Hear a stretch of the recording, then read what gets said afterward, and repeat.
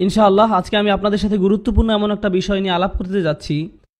আমার শিক্ষক ডক্টর আকরাম নদভী থেকে আমি যেটা জানতে পেরেছি অল্প কিছুদিন আগে, 2 বছরেরও কম সময় আগে, আমি তার একটা আলোচনা এটা শুনেছি। সেখানে উনি এমন একটা বিষয়ের উপর সূচনা বক্তব্য দিচ্ছিলেন যেটা নিয়ে আমার ধারণা ছিল যে আমি এই বিষয়ে ভালোই জানি, কিন্তু সেই কয়েক ঘন্টার মধ্যে অনেকগুলো বিষয় আমার ধারণা পুরোপুরি পাল্টে গিয়েছিল, যেটা প্রকৃতপক্ষে আমাকে সাহায্য করেছিল।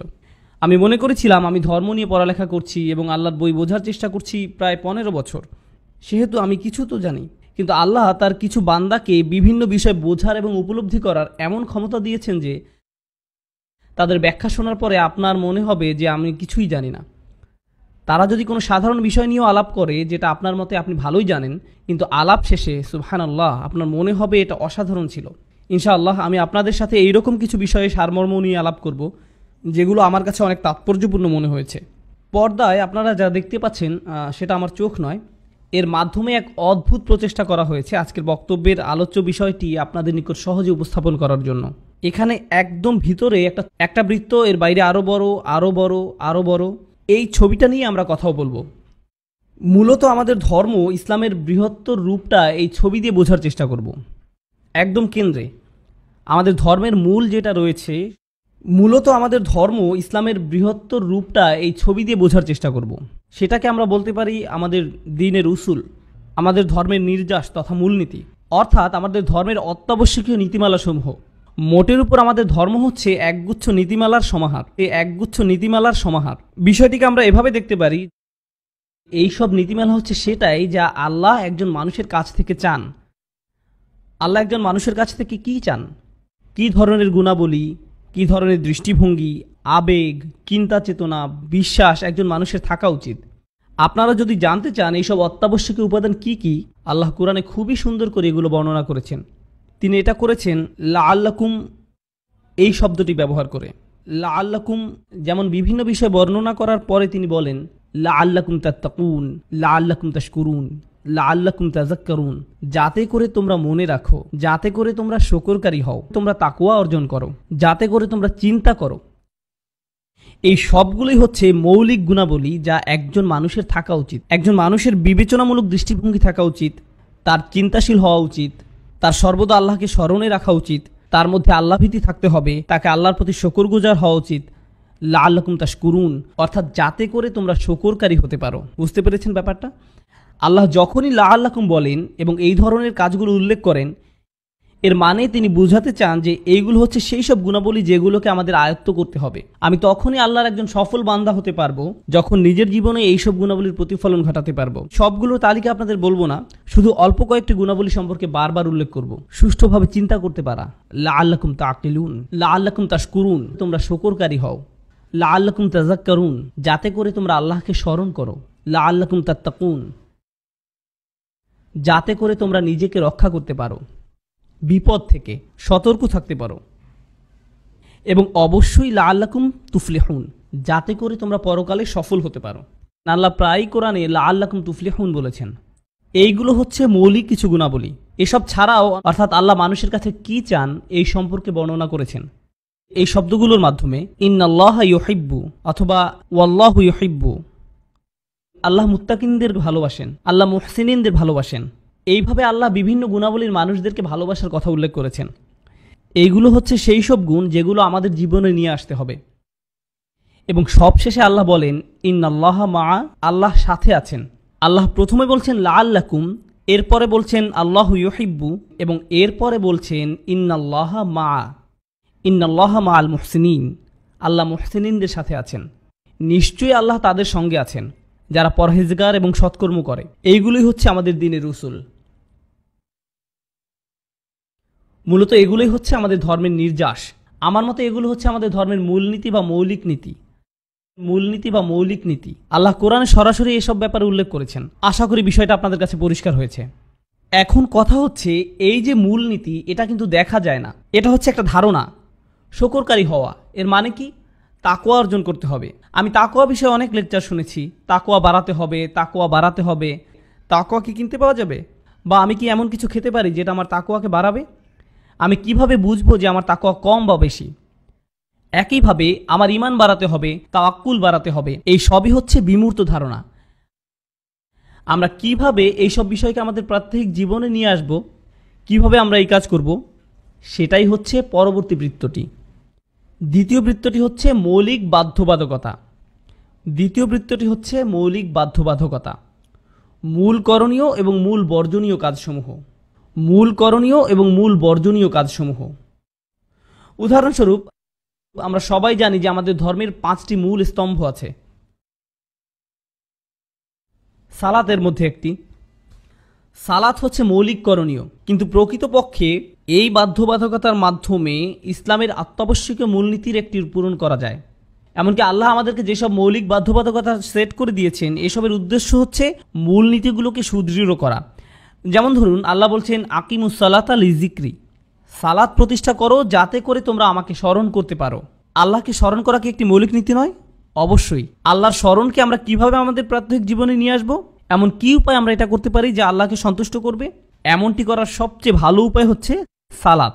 সালাত হচ্ছে এমন একটি মাধ্যম যেটা আল্লাহকে স্মরণ করার বিমূর্ত ধারণাটিকে বাস্তবিক সত্যে রূপান্তরিত করে। সিয়াম পালন করার বিষয়ে আল্লাহ বলেন, কামা কুতিবা আলাল্লাযীনা মিন ক্বাবলিকুম লাআল্লাকুম তাত্তাকুন, তোমাদের সিয়াম পালন করতে বলা হয়েছে যাতে করে তোমরা তাকওয়া অর্জন করতে পারো। বাস্তবে এমন কি করা যেতে পারে যেটা তাকওয়ার এই বিমূর্ত ধারণাকে আমাদের জীবনযাত্রায় প্রতিফলিত করবে? কি সেটা? সিয়াম পালন করা এই ধরনের একটি কাজ। এইভাবে আপনারা দেখবেন যে আল্লাহ প্রদত্ত প্রত্যেকটি মৌলিক বাধ্যবাধকতা এক একটি মৌলিক নীতিকে সুদৃঢ় করে। বাধ্যবাধকতাগুলো দেয়া হয়েছে যাতে করে মৌলিক নীতিগুলোকে আমাদের প্রাত্যহিক জীবনে নিয়ে আসতে পারি। দুর্ভাগ্যজনকভাবে আমরা যা করছি সেটা হচ্ছে আমরা আল্লাহ প্রদত্ত এইসব বাধ্যবাধকতাগুলোকে সংশ্লিষ্ট নীতিমালাগুলো থেকে আলাদা করে ফেলেছি। মানুষ ঠিকই সিয়াম পালন করছে, কিন্তু তাদের মধ্যে এই বোধটি নেই যে সিয়াম পালনের মূল উদ্দেশ্য হচ্ছে তাকওয়া বৃদ্ধি করা। মানুষ সালাত আদায় করছে, কিন্তু তারা এই ব্যাপারে অবগত না যে সালাত আদায় করার কিছু সুনির্দিষ্ট উদ্দেশ্য রয়েছে। এইগুলো হচ্ছে মৌলিক বাধ্যবাধকতা। শুধুমাত্র এই উদ্দেশ্যেই আমরা এইসব কাজ পালন করি না। ইসলামের অত্যাবশ্যকীয় নীতিগুলো পূরণ করে আমাদের জীবনে তার প্রতিফলন ঘটানোর উদ্দেশ্যেও আমরা এইসব কাজ করে থাকি। সালাত হচ্ছে একটা গন্তব্য পর্যন্ত পৌঁছানোর একটা রাস্তা। একইভাবে সিয়াম পালন করাও লক্ষ্য পৌঁছানোর একটা উপায়। আজকাল আমরা এইসব উপায় বা রাস্তাকে আমাদের লক্ষ্য বা উদ্দেশ্যে রূপান্তরিত করে ফেলেছি, যেটা খুবই ভয়াবহ সমস্যা। কোরআন কিন্তু আমাদেরকে এমন করতে বলে না। কোরআনে যখনই কোনো বাধ্যবাধকতার বর্ণনা দেওয়া হয়েছে, তখনই সেই কাজের উদ্দেশ্য অর্থাৎ ওই কাজ সম্পর্কিত মূলনীতিগুলোর কথা বলা হয়েছে। আমরাই এই দুইটি বিষয়কে কেটে আলাদা করে ফেলেছি। এই পর্যন্ত কি বোঝা গেছে? আরেকটা কথা, বাধ্যবাধকতা বলতে কিন্তু শুধু করণীয় কাজগুলোকেই বোঝানো হয়নি, বর্জনীয় কাজসমূহের কথাও বলা হয়েছে। উদাহরণস্বরূপ, সালাতের অন্যতম উদ্দেশ্য হচ্ছে তানহা আনিল ফাহশাই ওয়াল মুনকার। সালাত অশ্লীল ও মন্দ কাজ থেকে দূরে রাখে। অশ্লীলতা আমাদের একটা গুরুত্বপূর্ণ মূলনীতি থেকে দূরে রাখে। আমাদের তাকওয়াবান, আল্লাহর শুকরকারী এবং বিনয়ী হতে বাধা দেয়। সালাত আমাদের এই অশ্লীলতা থেকে হেফাজত করে। অর্থাৎ আল্লাহ আমাদেরকে সেই সব কাজ করতে নিষেধ করেছেন যেগুলো করলে ইসলামের মূলনীতিকে অমান্য করা হবে। প্রত্যেকটা নিষেধ এক একটা মূলনীতির সাথে জড়িত, দ্বীনের উসুলের সাথে সম্পৃক্ত। সংক্ষেপে এটাই হচ্ছে আমাদের দ্বিতীয় বৃত্তটি, প্রধান প্রধান করণীয় এবং বর্জনীয় সমূহ। এই পর্যন্ত অর্থাৎ এই দুইটি বৃত্তে যেসব বলা হয়েছে, এই বিষয়ে মোটামুটি সব স্কলার, সব মুসলিমরাই একমত। ইসলামের মূলনীতিগুলো কি কি এবং আমাদের মূল করণীয় ও বর্জনীয় কাজসমূহ কি কি, আমরা সবাই এই বিষয়ে একমত। কোনো মুসলিম এসে এরকম বলবে না যে আমি আসলে নিশ্চিত না শুকুর কি আসলে হারাম কিনা, এরকম কখনোই হবে না। আর যদি কেউ এরকম বলে থাকে, তার মানে হচ্ছে সে পাগল। বুঝতে পেরেছেন? তৃতীয় বৃত্তটি রয়েছে, সেটাই যাই। এই তৃতীয় বৃত্তটি হচ্ছে প্রধান বাধ্যবাধকতাগুলোর তুলনায় ছোট সুপারিশসমূহ, রিকমেন্ডেশন। যেমন ধরুন, আমাদের মহানবী সাল্লাল্লাহু আলাইহি সাল্লামের সুন্নাহসমূহ, অর্থাৎ সেই সব ভালো কাজসমূহ যেসবের কথা কোরআনে বলা হয়েছে। এমন কাজ যেগুলো আমাদের চারিত্রিক উৎকর্ষ সাধন করে। উদাহরণস্বরূপ, নরমভাবে কথা বলা, নম্রভাবে চলাফেরা করা। এইগুলো হচ্ছে সেই সব কাজ যা আপনার চরিত্রকে উন্নত করবে। একইভাবে ডান পা দিয়ে মসজিদে প্রবেশ করা, যেটা একটা সুন্নাহ।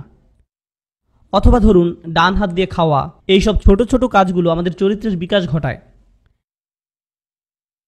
এখন ব্যাপারটা দাঁড়ালো এই যে প্রাধান্য দেওয়া উচিত মৌলিক নীতিগুলোর আত্মস্থ করার দিকে।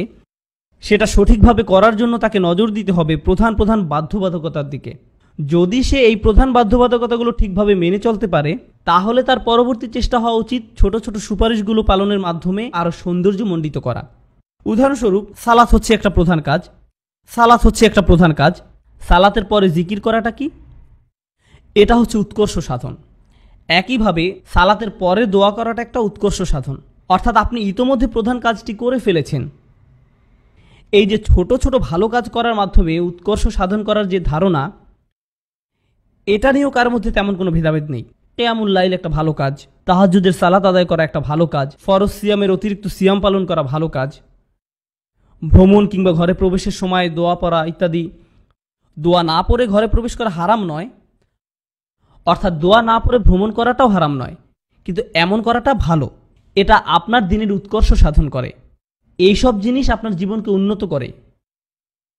এগুলি হচ্ছে তৃতীয় বৃত্তটি। কিন্তু 4 নম্বর বৃত্তটিতে যাওয়ার আগে 3 নম্বর বৃত্তটি সম্পর্কে আরও কিছু বিষয় পরিষ্কার করা দরকার। প্রথম এবং দ্বিতীয় বৃত্তে আলোচ্য বিষয়গুলো হচ্ছে মূলত সেই সব জিনিস যেগুলোর দিকে আমাদের নবীগণ দাওয়াত দিয়েছেন, অর্থাৎ নবীগণ আমাদেরকে ইসলামের প্রধান নীতিমালাসমূহ, প্রধান করণীয় ও বর্জনীয় এইসবের দিকে ডেকেছেন। এইগুলোই ছিল নবীদের দাওয়াতের মৌলিক দিক। মানুষ যখন এইসব মৌলিক বিষয়কে মেনে নিয়ে ভালো করে বুঝে আত্মস্থ করতে সক্ষম হলো, এর পরে যে নবীগণ তাদেরকে এসবের পাশাপাশি উৎকর্ষ সাধনের জন্য আলাদা প্রশিক্ষণ দিতেন। এখন দেখা যাক আমরা কি করি। আমরা যেটা করি সেটা হচ্ছে মৌলিক নীতিমালাগুলো তো আমরা ভুলেই গেছি, উপরন্তু আমরা প্রধান বাধ্যবাধকতাগুলো উৎকর্ষ সাধনের জন্য যেসব ছোটোখাটো সুপারিশ রয়েছে সেগুলোর সাথে মিশিয়ে ফেলেছি। এই সম্পূর্ণ মিশ্রণই এখন প্রধান বাধ্যবাধকতা হয়ে গেছে। উদাহরণস্বরূপ, আপনি যদি এমন কাউকে দেখেন যে জোহরের ফরজ সালাত আদায় করেছে, সুন্নত সালাত পড়েনি, তখন আপনি তার পেছনে লাগেন। কি করেছেন আপনি? আপনি সুন্নত নামাজ পড়েননি কেন? অর্থাৎ আমরা মানুষকে উৎকর্ষ সাধনমূলক কাজগুলো করার জন্য বল প্রয়োগ করছি। মানুষ যদি এই কাজগুলো না করে তাহলে আমরা তাদের পেছনে লাগছি, তাদের সালাত নিয়ে প্রশ্ন তুলছি, তারা কি করছে কি করেনি এইসব নিয়ে কথা বলছি। যেমন ধরুন সহি উচ্চারণ, এটা কিন্তু দ্বিতীয় বৃত্তের মধ্যেও পড়ে না, এটা তৃতীয় বৃত্তের অন্তর্ভুক্ত। অথচ আমরা কি করি? কারো তিলাওয়াত সহি না হলে আমরা বলি। কোরআন তেলাওয়াত করে আপনি কখনোই গুনার মধ্যে পড়ছেন না। আপনি অবশ্যই সহিভাবে তেলাওয়াত শেখার চেষ্টা করবেন, কিন্তু আপনি যদি বসে বসে মদ কলকলার সময় একদম পুঙ্খানুপুঙ্খানুরূপে হিসাব করা শুরু করেন, তাহলে সাহাবাগণ তো এইভাবে শেখেননি। আপনি অবশ্যই আপনার তাজবিদের জ্ঞান বাড়ানোর চেষ্টা করবেন, কিন্তু আপনাকে বুঝতে হবে এইসব জিনিস এগুলো হচ্ছে উৎকর্ষ সাধনের জন্য। এগুলো ঘর সাজানোর জিনিসের মতো। আপনার বাসার একটা দরজা থাকার দরকার আছে, একটা জানালার দরকার আছে আলো বাতাসের জন্য, কিন্তু আপনার বসার জন্য স্পেশাল কার্পেট অত্যাবশ্যক নয়। দেয়ালে রং বেরঙের পেইন্টিং থাকতেই হবে এমন নয়। এটা ঠিক যে এগুলো থাকলে ভালোই লাগে, একটা সোফা থাকলে ভালোই হয়, কিন্তু কারো বাসার দেয়ালে পেইন্টিং না থাকলে আপনি তাকে বলতে পারেন না যে তোমার তো বাসাই নেই। পেইন্টিং না থাকলে আর বাসা হয় নাকি? আপনি এইরকম করতে পারেন না, কারণ অধিকাংশ মানুষই প্রধান বাধ্যবাধকতা এবং উৎকর্ষ সাধনমূলক কাজগুলোর মধ্যে পার্থক্য করেন না, যার ফলে আপনি যখন এইরকম বলেন, সমালোচনা করেন একটা নির্দিষ্ট বিষয়ে, তখন মানুষ গণহারে সব ক্ষেত্রেই এটাকে প্রযোজ্য মনে করে। আমি আপনাদেরকে এর একটা ভয়াবহ পরিণতির উদাহরণ দিচ্ছি। আমাদের মধ্যে এক ধরনের মানুষ আছেন যাদের মতে মোটামুটি সবকিছুই হারাম, সবকিছুই হারাম। কেউ ভিডিও গেমস খেলছে, তারা বলবে ভিডিও গেম কিন্তু হারাম। আপনি টিভি দেখছেন, এটা হারাম। রেডিও শুনছেন, এটা হারাম। হারাম, সবকিছুই হারাম। এখন ব্যাপারটা হচ্ছে, দ্বিতীয় বৃত্তে বর্ণিত কিছু প্রধান বর্জনীয় কাজ রয়েছে, যেমন মদ, জিনা, এগুলো খুবই খারাপ এবং এগুলো দ্বিতীয় বৃত্তের আওতায় পড়ে। আল্লাহ যেসবকে হারাম বলেছেন, আর এখন আপনি বলছেন ভিডিও গেম হারাম। এই রকম বলার মাধ্যমে আপনি আল্লাহ যেসব কাজকে হারাম বলেছেন আর আপনি নিজে যেসব কাজকে অপছন্দ করেন, এই উভয়কেই একই পাল্লায় মাপছেন। এর ফলে একজন যুবক ভাই বা বোন যে মুভি দেখে, হতে পারে সেটা অর্থহীন কোনো মুভি বা যে কোনো কিছু, যখন সে শুনবে মুভি দেখা হারাম, এটা হারাম, কিন্তু আমি তো সারাক্ষণই মুভি দেখি, এটা হারাম, তাহলে তো আমি বিপদে আছি। আর যেহেতু আমি প্রচুর মুভি দেখি, তাহলে তো আমি বিপদে আছি। আর বিপদে যখন আছি, অন্য হারামগুলোও তাহলে করি। দোজখে তো এমনিতেই যাওয়া লাগবে, তাহলে মৌজ মাস্তি পার্টি এসব করেই যাই। এখন দেখেন, এই যে আপনি মদ, রেডিও শোনা, ভিডিও গেম, এই সব কিছুকে এক কাতারে ফেলেছেন, একজন পাপীর মনের মধ্যেও এসব এখন একই পাল্লায় বিচার হচ্ছে। সে ভাববে ভিডিও গেম কোনো ব্যাপার না, মুভি দেখাও কোনো ব্যাপার না, আর জিনাও কোনো ঘটনা না। মদ, নেশা সবই সমান। তার মানে আমরা তখনই সমাজে সমস্যা তৈরি করা শুরু করি যখন আমরা আল্লাহ কর্তৃক প্রদত্ত সুনির্দিষ্ট অগ্রাধিকার লিস্টকে ঠিক রাখছি না। মানুষ মনে করে আমরা যত বেশি জিনিসকে হারাম হিসাবে লিস্ট করব, এটা মানুষের জন্য ততই ভালো হবে, মানুষকে রক্ষা করবে। আমাদের মনে রাখা উচিত, নবীগণ মানুষকে আমাদের চেয়ে ভালোভাবে রক্ষা করেছেন। তাঁরা যা করেছেন এর চেয়ে উন্নততর কিছু করার সামর্থ্য আমাদের নেই। আমাদের সীমাবদ্ধতার ভিতরে থেকে ফিকহ অবশ্যই বিচার করার চেষ্টা করবে যে কোনো কিছুকে আসলেই পরিষ্কারভাবে হারাম কিনা। এমন স্পষ্ট হারাম জিনিস অবশ্যই আমাদের সামনে আসতে পারে যেটার অস্তিত্ব আগে কখনো ছিল না, কিন্তু সেটা অবশ্যই বড় কোনো পাপ কাজের সাথে সম্পর্কিত হবে। আপনারা কি এতদূর বুঝতে পারলেন? এসব হচ্ছে উৎকর্ষ সাধনমূলক কাজকর্ম। এসব কাজকর্মের মধ্যে আছে অতিরিক্ত সুন্নত নামাজ পড়া, সোমবার ও বৃহস্পতিবার সিয়াম পালন করা, কবর জিয়ারত করা। এই যে এসব কাজ, এগুলো নিয়ে কোনো মতভেদ নেই। উৎকর্ষ সাধনমূলক কাজগুলো করুন। আপনি যদি মৌলিক বাধ্যবাধকতাগুলো পূরণ করার পরে আরও ভালো মুসলিম হতে চান তো খুবই ভালো। প্রতিদিন একটু একটু করে ভালো কিছু শিখুন, একটা ছোট দোয়া শিখুন প্রতিদিন। এ ধরনের সব কিছুই করা উচিত। এখন এই বৃত্তের ঠিক বাইরে আরেকটি বৃত্ত আছে, 4 নম্বর বৃত্তটি। চতুর্থ বৃত্তটি হচ্ছে সেই সব বিষয় যেগুলো সম্পর্কে সাহাবীগণ একমত পোষণ করেছেন। আমরা এই বিষয়গুলো কোরআনে পাই না। এখানে একটা কথা বলে রাখা ভালো, সেসব কিন্তু সুন্নতে স্পষ্টভাবেই বিদ্যমান। তার বাইরে এই যে 4 নম্বর বৃত্তের কথা বলা হচ্ছে, এগুলো হচ্ছে সেসব বিষয় যেগুলো নিয়ে সাহাবীগণ মতৈক্যে পৌঁছেছেন। কিন্তু বাস্তবে এমন বিষয় পাওয়া দুষ্কর যেটা নিয়ে সব সাহাবীগণ একমত হয়েছেন। ব্যাপারটা এত সহজ নয়। 3 ধরনের মতৈক্য রয়েছে। সাহাবীদের একমতের ধরনের উপর নির্ভর করে মূলত 3 ধরনের মতৈক্য রয়েছে। প্রথমটি হচ্ছে সাহাবীগণ কোনো একটা ঘটনা নিয়ে একমত। সেটা কেমন? যেমন ধরুন, সব সাহাবীগণই কিন্তু বদরের যুদ্ধে অংশগ্রহণ করেননি। অনেকেই বদরের যুদ্ধের পরে মুসলিম হয়েছেন, কিন্তু যারা অংশ নিয়েছিলেন তারা সকলেই একইভাবে বলবেন যে এই যুদ্ধ অমুক দিনে শুরু হয়েছিল, এতদিন ধরে চলেছে। কেন তারা সবাই এরকম কথা বলবেন? কারণ তারা সবাই ওই যুদ্ধে উপস্থিত ছিলেন। বুঝতে পেরেছেন? এ কারণেই তারা এই বিষয়ে একমত। দ্বিতীয় ধরনের ঐক্যমত হচ্ছে সাহাবীদের মধ্যে যারা সবচেয়ে জ্ঞানী ছিলেন তাদের মধ্যে ঐক্যমত। কিছু কিছু ক্ষেত্রে তারা সবাই একে অপরের সাথে একমত পোষণ করতেন।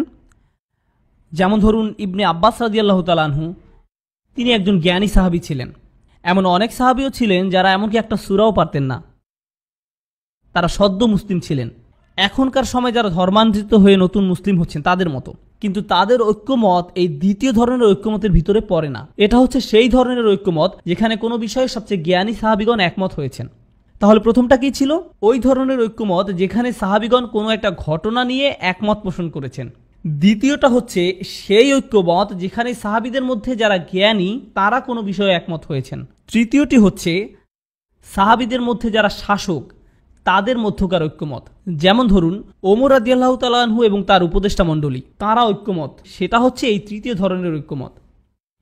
এই হচ্ছে সাহাবীদের মধ্যকার 3 ধরনের ঐক্যমত, অর্থাৎ ঘটনা ভিত্তিক, জ্ঞানী সাহাবী ভিত্তিক এবং শাসন কার্যে নিয়োজিত সাহাবীদের ঐক্যমত ভিত্তিক। যখন শাসন কার্যের সাথে সম্পৃক্ত কোনো বিষয়ে সিদ্ধান্ত নেওয়ার প্রয়োজন পড়ত, ওমর রাদিয়াল্লাহু তাআলা আনহু নিশ্চয়ই হাজার হাজার সাহাবীর সাথে আলোচনা করতেন না। তিনি তার উপদেষ্টা মণ্ডলীর সাথে বসে সবাই মিলে একমত হয়ে একটা সিদ্ধান্ত নিতেন। তারপর সেই সিদ্ধান্তের ভিত্তিতে আইন প্রণয়ন করা হতো। ব্যাপারটা বোঝা গেল? এখন বর্তমান সময়ে এসে যেটা ঝামেলা হয়েছে সেটা হচ্ছে, কেউ একজন যখন এইভাবে বলে যে সব সাহাবীরা এই বিষয়ে একমত, যে সব সাহাবীগণ একমত, দাঁড়ান, সব সাহাবীগণ একমত, এটা আপনি কোথায় পেলেন? কেন, এইভাবেই তো বর্ণনা আছে। কোথায় আছে? বই পুস্তকে আছে। কোন বই? যাও ভালোভাবে পড়ো। আপনি কোনোভাবেই এটা বলতে পারেন না যে সব সাহাবীগণ একমত ছিলেন। আপনি এটা করতে পারেন না। আপনার কথা সুনির্দিষ্ট দলিলপত্রের ভিত্তিতে হতে হবে, এমনিতেই বলে ফেললে হবে না। সবচেয়ে হাস্যকর যে কথাটি আমি এখন পর্যন্ত শুনেছি সেটা হচ্ছে সব ইসলামী বিশারদ এই বিষয়ে একমত। বলেন কি? ঠিক আছে, তাদের 10 জনের নাম বলেন। সবাই।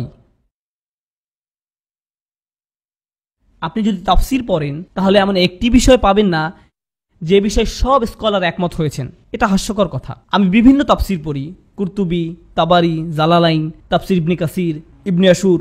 একটা কথা যেটা প্রায়শই সব তাফসীরে লেখা থাকে সেটা হচ্ছে স্কলারগণ এই বিষয়ে একমত এবং এর ভিন্ন মত একদমই বিরল। অন্য আরেক মুফাসসির হয়তো এর উল্টোটি লিখেছেন যে এই ভিন্ন মতের বিষয়েই বরং স্কলারগণ একমত, আর প্রথম মতের পক্ষে যুক্তি বিরল। অর্থাৎ তাদের কাছেও এই একমত হওয়ার বিষয়টি আপেক্ষিক। এটা ঠিকভাবে বোঝার জন্য অনেক পড়াশোনা এবং গভীর জ্ঞানের প্রয়োজন। এমনও হয়েছে যে সাহাবীদের মধ্যে যিনি সবচেয়ে জ্ঞানী তিনিও একই বিষয়ে ভিন্ন ভিন্ন মত দিয়েছেন, দ্বিমত পোষণ করেছেন। দিনের কোথায় সর্বসম্মতভাবে ঐক্যমত আছে? কোন বিষয়ে কোনো প্রকার দ্বিমত নেই? কোন বিষয়ে কোনো প্রকার দ্বিমত নেই? প্রথম তিনটি বৃত্ত। প্রথম তিনটি বৃত্ত। যখন আমরা মানুষকে দ্বীনের পথে দাওয়াত দেই, নবী রাসূলদের পক্ষ থেকে আহ্বান জানাই, তখন আমরা মূলত কোন বিষয়ে কথা বলি? বৃত্ত নম্বর 1 এবং বৃত্ত নম্বর 2। যখন সেই মানুষগুলো আমাদের দলে চলে আসে, আমাদের পরিবারে অন্তর্ভুক্ত হয়ে যায়, আমাদের বন্ধু মহলের হয়ে যায়, প্রথম দুইটি বৃত্তের বিষয়গুলোকে ইতিমধ্যেই মেনে নেয়, তখন আমরা তাদের 3 নম্বর বৃত্তের দিকে আগ্রহী করার চেষ্টা করি। 4 নম্বর বৃত্তের বিষয়গুলো খুবই সুনির্দিষ্ট, এগুলো মূলত গবেষণা ও উচ্চশিক্ষার জন্য। তাই আপনি 4 নম্বর বৃত্ত দিয়ে ইসলাম প্রচার শুরু করে এটা বলতে পারেন না এটাই ইসলাম। আপনাকে শুরু করতে হবে মহানবী সাল্লাল্লাহু আলাইহি ওয়াসাল্লাম যেখান থেকে শুরু করেছেন সেখান থেকে। আপনাদেরকে 1 এবং 2 দিয়ে শুরু করতে হবে। এখন সকল সাহাবী কি এই সবগুলো বিষয়ে একমত হয়েছিলেন? না, তবে তারা সবাই 1 থেকে 3 বিষয়গুলোতে সহমত পোষণ করেছেন। আপনারা যদি এটাকে ইজমা বলতে চান, অর্থাৎ সকল সাহাবী যেসব বিষয়ে ঐক্যমত পোষণ করেছেন সেগুলো হচ্ছে 1, 2 এবং 3 নম্বর বৃত্তের বিষয়গুলো। এখন এই 4টি বৃত্তের বাইরে আরও একটি বৃত্ত আছে। এই বৃত্তের অন্তর্ভুক্ত হচ্ছে সেই সব বিষয় যেগুলো নিয়ে বর্তমান মুসলিম উম্মাহ একমত পোষণ করেন। এটাকে আপনারা ইজতিহাদ বলতে পারেন। একজন স্কলার নিজস্ব মতামত থাকে, যেটা আমরা ফতোয়া বলি। স্কলাররা কিভাবে চিন্তা করেন? তারা জানেন যে 1, 2 বা 3 এগুলো হচ্ছে নিখুঁত। 4 নম্বর বৃত্তের বিষয়গুলোর ক্ষেত্রে, অর্থাৎ কেন তারা এই বিষয়ে একমত হয়েছিলেন অথবা দ্বিমত পোষণ করেছিলেন, এটা বোঝার জন্য অনেক পড়ালেখা এবং গবেষণার প্রয়োজন। এরপরে যখন 5 নম্বর বৃত্তটি আসে, যেখানে এমন কিছু প্রশ্ন আছে যেগুলো সম্পর্কে কোরআনে সরাসরি কোনো সমাধান দেওয়া হয়নি এবং হাদিসেও পরিষ্কারভাবে কিছু বলা হয়নি। এখন সমাধান পাওয়ার জন্য আমাকে আমার নিজের গবেষণা করতে হবে, দলিল প্রমাণাদি যা কিছু পাওয়া যায় খুঁজে বের করতে হবে। এরপর আমার সামর্থ্যের সর্বোচ্চ ব্যবহার করে এসবের ভিত্তিতে একটা সমাধানে আসতে হবে। তার মানে আমি এই সমস্যার একটা সমাধান বের করার চেষ্টা করছি। এটা মেনে নিয়ে যে আমার প্রাপ্ত উত্তরটি একেবারে নিখুঁত হবে না, কারণ একদম নিখুঁত সমাধান 1, 2 এবং 3 এই বৃত্তগুলোর মধ্যেই সীমাবদ্ধ। তাই আমার প্রাপ্ত উত্তরটি হচ্ছে আমার সীমাবদ্ধতার মধ্যে থেকে যতটুকু নিখুঁত হওয়া যায় ততটুকু। এটা এমন কোনো সমাধান নয় যেটা আমি অন্যের উপর চাপিয়ে দিতে পারি, কিন্তু আমি এমন করে বলতে পারবো না যে এটাই ইসলাম এবং তোমরা যদি এটা অনুসরণ না করো তাহলে ইসলাম থেকে বাইরে চলে যাবে। আমি এভাবে বলতে পারি না। আমি বলতে পারবো না যে আমার দেয়া ফতোয়া ইসলামের সাথে নিবিড়ভাবে সম্পর্কিত। বড়জোর আমি এরকম করে বলতে পারি যে আমার জ্ঞান অনুসারে যতদূর বুঝতে পেরেছি এইভাবে চিন্তা করতে পারি। এসব হচ্ছে সেই সব বিষয় যেগুলোর বিষয়ে কোরআন, হাদিস বা সাহাবাগণের পক্ষ থেকে কোনো স্পষ্ট সমাধান পাওয়া যায় না। একটা উদাহরণ দিচ্ছি। ডক্টর আকরাম নদভী আমাদেরকে এই বিষয়ে শিক্ষাদানকালে 100টি উদাহরণ দিয়েছিলেন। যদিও 2টি উদাহরণ শোনার পরে আমি অনেক আশ্চর্যান্বিত হয়েছিলাম, অথচ এরপরে তিনি আরও 98টা উদাহরণ দিয়েছিলেন। ব্যাপারটা ছিল অনেকটা 10 ঘন্টা ধরে সফট ড্রিঙ্ক পান করার মতো। যাই হোক, আমার সবচেয়ে পছন্দের উদাহরণগুলোর মধ্যে একটি খলিফা হারুন আর রশিদ। তিনি তখন রাষ্ট্রপ্রধান ছিলেন, আমিরুল মুমিনিন। সেই সময় আমিরুল মুমিনিনগণ সালাতের ইমামতি করতেন, বিশেষভাবে হজের সময়। এরকম এক সময় তিনি হজ পালন করতে গেলেন, আমিরুল মুমিনিন হিসাবে তিনি ইমামতি করবেন। যাই হোক, তিনি প্রথম কাতারে ছিলেন কারণ তিনি ইমামতি করবেন, আর তিনি ছিলেন হানাফি মাযহাবের অনুসারী। ওনার হজের যিনি মুয়াল্লিম ছিলেন, আপনারা তো অনেকেই জানেন মুয়াল্লিম কাকে বলে। মুয়াল্লিম হচ্ছেন সেই ব্যক্তি যিনি আপনাকে হজের বিভিন্ন নিয়মকানুনগুলো সঠিকভাবে শিখিয়ে দেবেন। স্বাভাবিকভাবেই আমিরুল মুমিনিনের মুয়াল্লিমও হানাফি মাযহাবের অনুসারী ছিলেন। তিনি ছিলেন কাজী আবু ইউসুফ, হানাফি মাযহাবের প্রতিষ্ঠাতা। ইমাম আবু হানিফার সবকিছু উনি লিপিবদ্ধ করতেন। যাই হোক, পৃথিবীর বুকে হানাফি মাযহাবের সবচেয়ে বিজ্ঞ যে আলেম তিনি হচ্ছেন তার মুয়াল্লিম। তারা দুজনই সামনের কাতারে আছেন এবং আমিরুল মুমিনিন একটু পরেই সালাতের ইমামতি করবেন। কিন্তু খলিফা হারুন আর রশিদ হিজামা করিয়েছেন। আপনারা জানেন নিশ্চয়ই হিজামা কি? হিজামা হচ্ছে এমন একটা চিকিৎসা পদ্ধতি যেটা কাপিংয়ের মাধ্যমে করা হয় এবং এর ফলে শরীর থেকে রক্ত বের হয়। এখন হানাফি মাযহাব অনুসারে শরীর থেকে রক্ত বের হলে ওযু নষ্ট হবে। খলিফা হারুন আর রশিদ একজন বিচক্ষণ ব্যক্তি ছিলেন। তিনি জানতেন যে তিনি যদি ইমাম আবু ইউসুফকে এখন জিজ্ঞাসা করেন যে আমার ওযু কি নষ্ট হয়েছে, তাহলে আবু ইউসুফ কি বলবেন? হ্যাঁ, আপনার ওযু নষ্ট হয়ে গেছে। আর সেই ক্ষেত্রে তাকে প্রথম কাতার থেকে বের হয়ে সবগুলো কাতার পার হয়ে অজুখানায় যেয়ে অজু করতে হবে। এই পুরো প্রক্রিয়াটিতে যে সময় লাগবে তাতে করে আসরের ওয়াক্ত শেষ হয়ে মাগরিবের ওয়াক্ত চলে আসবে, কিন্তু তাকে তো তখনই সালাতের ইমামতি করতে হবে। এবং তিনি যদি আবু ইউসুফকে এই বিষয়ে জিজ্ঞাসা করেন তাহলে উনি বলবেন যে আপনার সালাত আদায় হবে না, কারণ অজু নেই। ঘটনাচক্রে ইমাম মালিকও প্রথম কাতারে ছিলেন। এমত অবস্থায় খলিফা উদ্দেশ্য প্রণোদিতভাবে ওনার নিজের মুয়াল্লিমকে এই বিষয়ে না জিজ্ঞেস করে ইমাম মালিককে জিজ্ঞেস করলেন, কারণ মালিকি মাযহাব অনুসারে রক্তপাত হলেও অজুভঙ্গ হয় না এবং খলিফা এটা জানতেন। তিনি ইমাম মালিককে জিজ্ঞেস করলেন, আচ্ছা আমি যে কাপিং করালাম আমার কি অজু নষ্ট হয়েছে? ইমাম মালিক বললেন, না না, আপনার অজুভঙ্গ হয়নি, আপনি ইমামতি করুন। ফলশ্রুতিতে খলিফা হারুন রশিদ ইমামতি করলেন হজের সময় সেই বিশাল জামাতের। কাজী আবু ইউসুফ, ইমাম মালিক দুজনেই সেই জামাতে ওনার পেছনে ছিলেন। কাজী আবু ইউসুফ, ইমাম মালিক দুজনেই সেই জামাতে ওনার পেছনে ছিলেন। আর কাজী আবু ইউসুফ ছিলেন সেই সময়ের সবচেয়ে বিখ্যাত স্কলারদের মধ্যে অন্যতম। তার সাথে অনেক শিক্ষার্থী ছিলেন যারা হজ করতে এসেছেন। সেই শিক্ষার্থীরা কিন্তু পেছনে ছিলেন, তারাও এই ঘটনা দেখতে পেলেন এবং নামাজ পড়ছিলেন। আর নামাজ শেষ হওয়ার সাথে সাথে তারা দৌড়ে কাজী ইউসুফের কাছে গেলেন এবং বললেন, আমরা কি আবার সালাত আদায় করব? আপনি কিভাবে ওনাকে কাবার সামনে ইমামতি করতে দিলেন অজু ছাড়া? তখন কাজী আবু ইউসুফ বললেন, যিনি কিনা হানাফি মাযহাবের অনুসারী, তার শিক্ষার্থীদের বললেন, যে পুনরায় সালাত আদায়ের দুঃসাহস দেখাবে সে খাওয়ারিজদের অন্তর্ভুক্ত, সে বা তারা এই দিনের অন্তর্ভুক্ত নয়। কেন তিনি এরকম বললেন? কারণ ফতোয়া নিয়ে তার চিন্তার প্রকৃতি কিছুটা ভিন্ন ছিল। ওনার চিন্তার প্রকৃতি এইরকম ছিল যে রক্তপাতের সাথে অজু নষ্ট হওয়ার বিষয়ে সুস্পষ্ট কিছু বলা হয়নি। এটি এমন একটি বিষয় যেটা নিয়ে গবেষণা করে তারপর সিদ্ধান্ত নিতে হবে। এখন আমাদের গবেষণা অনুসারে অজু নষ্ট হবে, আর ইমাম মালিকের গবেষণা অনুসারে অজু নষ্ট হবে না। এটা একান্তই আমাদের ব্যক্তিগত গবেষণার ফলাফল। কোরআনে এমন কোনো আয়াত নেই যেখানে বলা হয়েছে যে রক্তপাত হলে অজু নষ্ট হবে, এমন কোনো হাদিস নেই যেখানে বলা হয়েছে রক্তপাতের কারণে অজু নষ্ট হবে।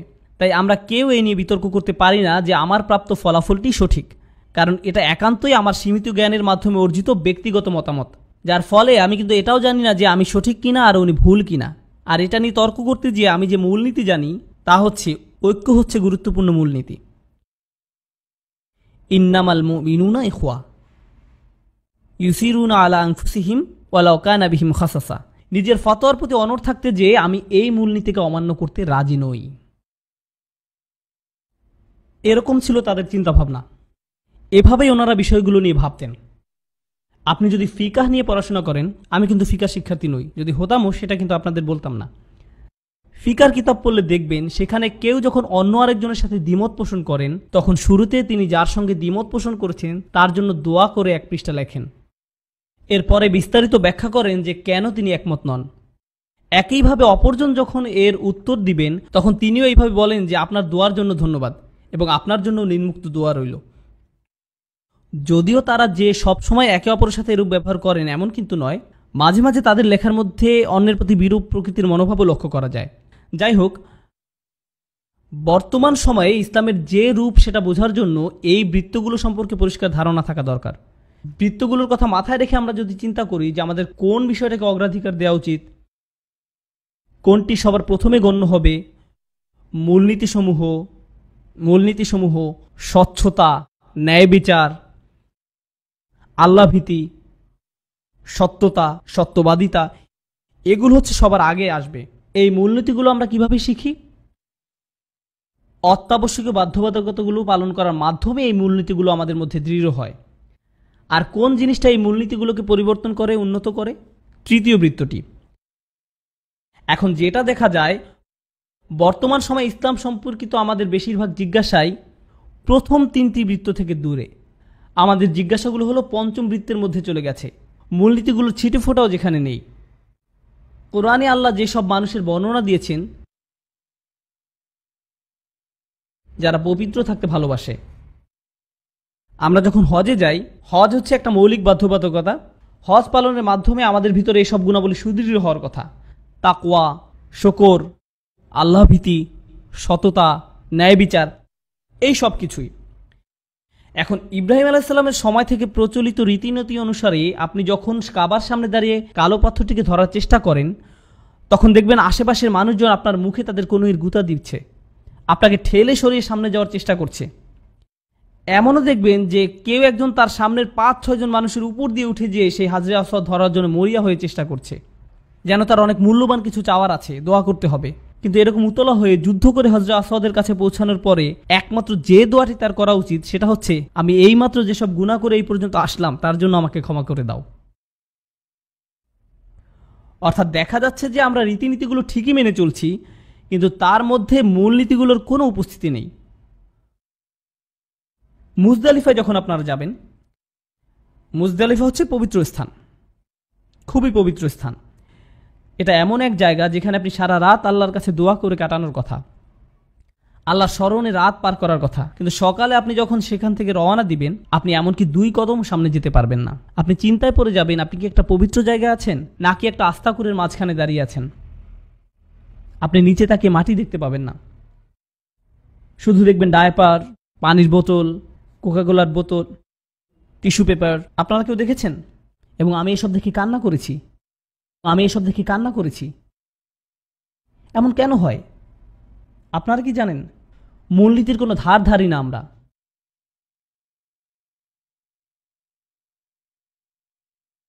এর ফলে অত্যাবশ্যকীয় মূলনীতিগুলোকে প্রাধান্য দেওয়ার কারণে যে ধর্মের হওয়ার কথা ছিল সবচেয়ে সুন্দর, সেটা এখন হয়ে গেছে কদাকার। এভাবেই আমরা একটা সুন্দর ধর্মকে কদাকার করে ফেলেছি।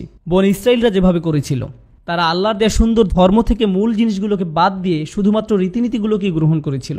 সুবহানাল্লাহ। আমার কাছে তাই এই কাঠামোটি ভালোভাবে বুঝতে পারা খুবই গুরুত্বপূর্ণ এবং মূল্যবান মনে হয়। তাহলে আমাদের সেই সুযোগটা নেওয়া উচিত। বর্তমান উম্মার মতভেদের কয়েকটি বড় বড় বিষয় হচ্ছে, তারাবির নামাজ কয় রাকাত, চাঁদ দেখার ক্ষেত্রে কি সারা পৃথিবী একই দিনে ধরা হবে নাকি এলাকা ভিত্তিক ঠিক করা হবে, এসব হচ্ছে বড় বড় তর্কের বিষয়। কিন্তু আপনারা যদি মূল ফিকার বইগুলো দেখেন, তাহলে বুঝবেন যে এই সব বিষয় এমনকি 3 নম্বর বৃত্তের মধ্যেও নেই, 4 বা তার পরের বিষয়। তাহলে কেন আমরা এসব নিয়ে তর্ক করছি?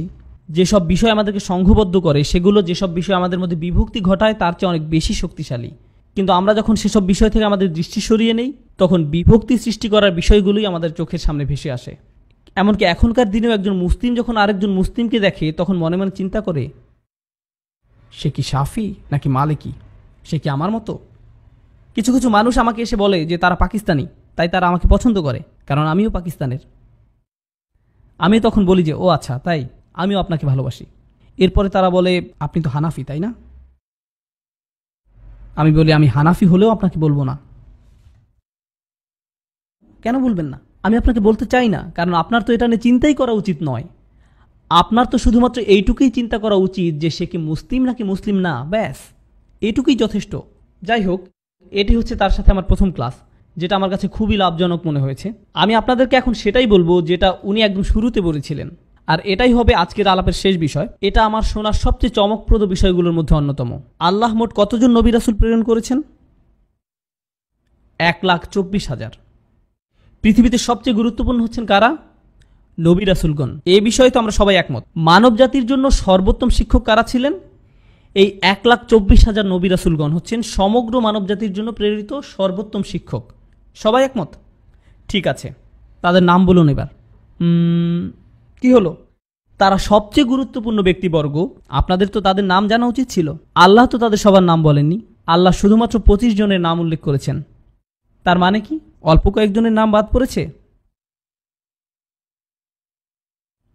তারা ছিলেন ইসলামের সবচেয়ে বড় শিক্ষক, অথচ আমরা তাদের নাম পর্যন্তও জানি না। আল্লাহ আপনাকে জিজ্ঞেস করবেন না যে আবু হানিফা কে ছিলেন, কে ছিলেন ইমাম শাফি। অযথা চিন্তা বন্ধ করুন। কিন্তু যখন বিশ্বের সকল হানাফি মাযহাবের স্কলারদের মধ্যে অন্যতম একজন বক্তব্যের শুরুতে এমন একটা কথা বলেন, আমিও অনেক অবাক হয়েছিলাম। তিনি বলেছিলেন, এই বিষয়ে কিছু শেখার আগে আমাদেরকে তার আগে সব কিছুর অবস্থান, গুরুত্ব সম্পর্কে ভালোভাবে জানতে হবে। যে কারণে তিনি নবীদের এই প্রসঙ্গটি দিয়ে শুরু করেছিলেন। এখন এই বিষয়ে আমার শেষ মন্তব্য। এগুলো ছিল তার বক্তব্যের শুরুর কথা, যেগুলো আমি সবার শেষে বলেছি। এখন মুসলিমদের চিন্তা চেতনা কিভাবে কাজ করে সেটা নিয়ে আমার নিজস্ব মতামত বলবো। আমি এটা জানি, কারণ আমার মাথায় এরকম ভাবে কাজ করত। আমরা যখন ছোটবেলায় ইসলাম সম্পর্কে জ্ঞান লাভ করতাম, মাঝে মাঝে বিভিন্ন ধরনের গল্প শোনানো হতো আমাদের, যেমন বড় কোনো আলেম এরকম দোয়া করেছিল যার কারণে এরকম হয়েছিল, অথবা নবী রাসূল সাল্লাল্লাহু আলাইহি সাল্লাম বা সাহাবীদের নিয়ে বিভিন্ন ঘটনা, বা কোন কাজ করলে কত সওয়াব হবে আর কোন কাজ করলে কি পরিমাণ গুনাহ হবে, কি ধরনের শাস্তি হবে। এসব জিনিসের কিছু এসেছে কোরআন থেকে, কিছু সুন্নাহ থেকে, আর কিছু বিষয় কোথা থেকে এসেছে সেটা কেউ জানে না। কিন্তু আমাদের মাথায় এসব কিছু একসাথে মিশে একটা সালাদ তৈরি হয়েছে, আর এই মিশ্রণটাকে আমরা ইসলাম হিসাবে মনে করি। এখন আমাদেরকে আলাদা করা উচিত ছিল না যে কোনটি আল্লাহর নির্দেশ, কোনটি নবীর শিক্ষা? এসব বিষয় অন্য বিষয়গুলোর সাথে না মিশিয়ে আলাদা করে রাখা কি উচিত ছিল না? এই বৃত্তগুলো আঁকার উদ্দেশ্য কি ছিল? উদ্দেশ্য এই যে যখন আপনারা ইসলাম নিয়ে চিন্তা করবেন তখন প্রাথমিকভাবে প্রথম 3টি বৃত্ত নিয়ে ভাববেন। এর বাইরে অন্য কিছু যখন শুনবেন তখন সেটাকে এই 3 বৃত্তের বাইরে অন্য যে বৃত্তগুলো আছে সেগুলোর মধ্যে থেকে সঠিক বৃত্তটি বেছে নিয়ে সেখানে বসিয়ে দিবেন। আর যদি কোনো কারণে 4 থেকে 6 নম্বর বৃত্তের কোনো কিছু নিয়ে আমাদের নিজেদের মধ্যে একমত না হই, তাহলেও কিছু যায় আসে না, সেটা আমাদের বিভক্ত করবে না। উম্মার ঐক্য হচ্ছে 1, 2, 3 নম্বর বৃত্তের মধ্যে। আমাদের সবার একই ফিকা থাকতে হবে এমন নয়, আমাদের সবাইকে বিতির সালাত একই নিয়মে পড়তে হবে এমন নয়, আমাদের সবার তারাবির নামাজের রাকাত সংখ্যা সমান হতে হবে এমনটাও নয়, সব বিষয়ে আমাদের ফতোয়া একই রকম হতে হবে না। এসব আমাদেরকে বিভক্ত করবে না। 2 ভিন্ন দিনে ঈদের সালাত আদায় করলে আমরা বিভক্ত হয়ে যাব না, কারণ আমরা আরও শক্তিশালী কিছু বিষয় দিয়ে ঐক্যবদ্ধ। কিন্তু যখনই আমরা এই সব কিছুকে একসাথে করে ফেলি তখনই বিভক্তি শুরু হয়ে যায়। আল্লাহ সুবহানাহু ওয়া তাআলা আমাদেরকে কোন বিষয়গুলোকে প্রকৃত অর্থে অগ্রাধিকার বা প্রাধান্য দিতে হবে সেটা সঠিকভাবে বোঝার তৌফিক দান করুন। আমিন।